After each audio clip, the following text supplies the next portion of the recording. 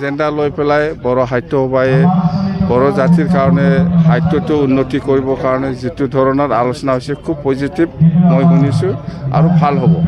Sir যোৱাকালি যোনটো কোকৰাঝাৰৰ যোনটো ঘটনা গৈছে সেইটো সন্দৰ্ভত আপোনাৰ প্ৰতিক্ৰিয়া কি হ'ব? কোকৰাঝাৰৰ ঘটনাটো হয় জানো, ময়ো শুনিছোঁ। আৰু যেনেকুৱা ৰিয়েকশ্যন বা যেনেকুৱা যি ধৰণৰ আলোচনা হৈ আছে বা প্ৰচাৰ হৈ আছে মই সেইটোও দেখিছোঁ। মই জানো চব জাতিৰ মাজত চবে সমান নাথাকে।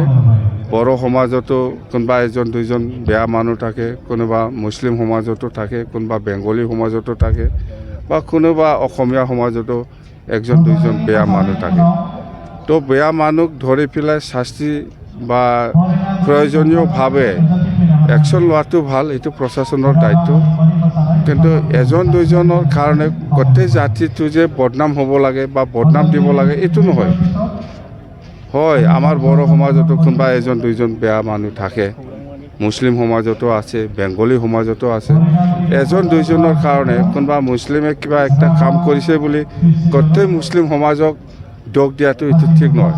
যোনে দোষী, যোনে কালপিত, ইয়াক ধৰি পেলাই মানে উচিত শাস্তি দিয়াটো প্ৰশাসনৰ কাম, প্ৰশাসনে কৰিব। এইটো ধৰ্মীয় অনুষ্ঠানতো আক্ৰমণ কৰিছে।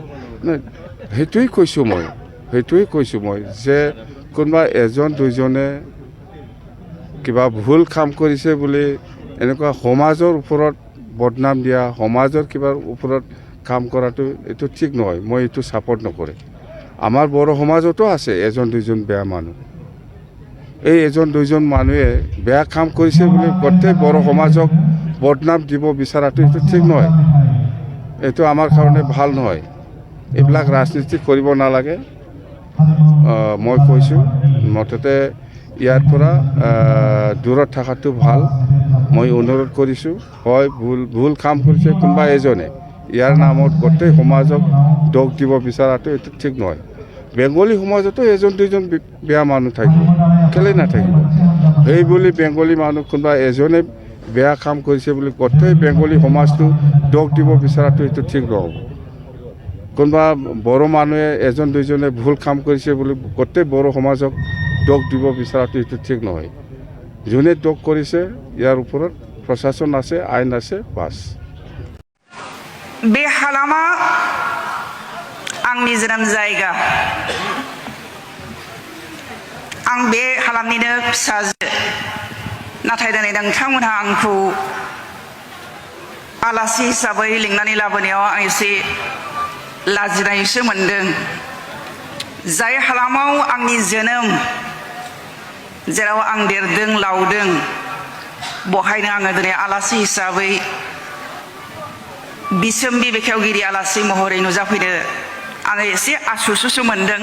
बिनिखायनो आङो आलासि हिसाबै नङा, आं बे हालामनि बिजनिनि फिसाजो महरैसो सासे सरासनस्रा मानसि हिसाबै नोंथांमोननि सिगाङाव नुजाफैदों। आरो बे आं सरासनस्रा मानसि हिसाबैनो दिनैहाय सानजारां गेदेमा लकेश्वर ब्रह्म बिथांनि मुङै जि बिसोम्बि, बे सानजारांखौ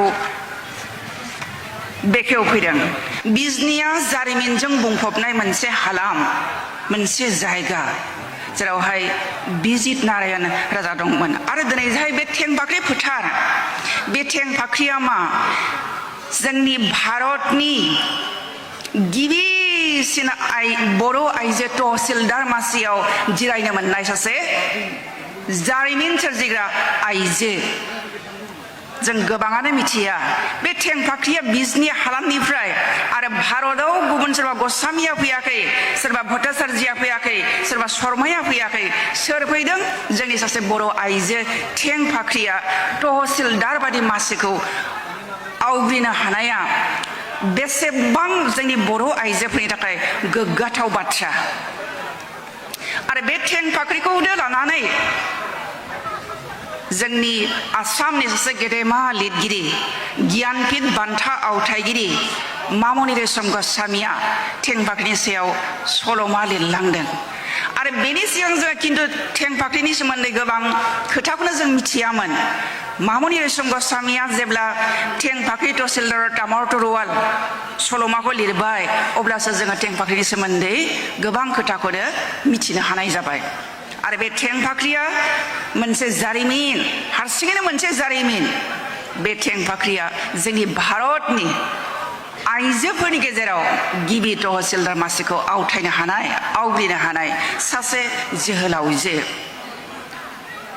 आरो बिथांखौ जों उन समावहाय मा नुनो मोनबावदों सासे उदांस्रि दावहारु बिथाङा इंराजफोरनि समावहाय इस्ट इन्डिया कम्पानिनि समावहाय तहसिलदार मासियाव थादोंमोन नाथाय उन समाव जेब्ला बिथाङा मोनदांबाय जे इंराजफोरा गुफुरसाफोरा बा इस्ट इन्डिया कम्पानिया जोंनि जायगाखौ लासै लासै मनग्लाबनो हमदों बे खोथाखौ जेब्ला बिथाङा मोनदांबाय आरो मोनदांनाय लोगो लोगो बिथाङा मा गावनि तरुवालखौ लानानै बियो इंराजफोरजों नांनो थाखाय बियो ओंखारलांदों आरो बे काहिनिया मामुनि रेशम गस्वामी लिरनाय सल'मायावनो रोखा रोखा दङ दा बेनिखायनो आं बुंदों बिजनिया मोनसे जारिमिनारि हालाम जारिमिनारि जोहोलाव जोहोलावजोफोरा बेवहाय बुंफबनानै दङ आरो बै समनि जोहोलाव जोहोलावजोफोर बादिनो दिनैबो जानो हागौ बिजनि हालामाव जोङो गोबां बिथिङावनो माने देरहासारनाय मावनो हानाय गोबां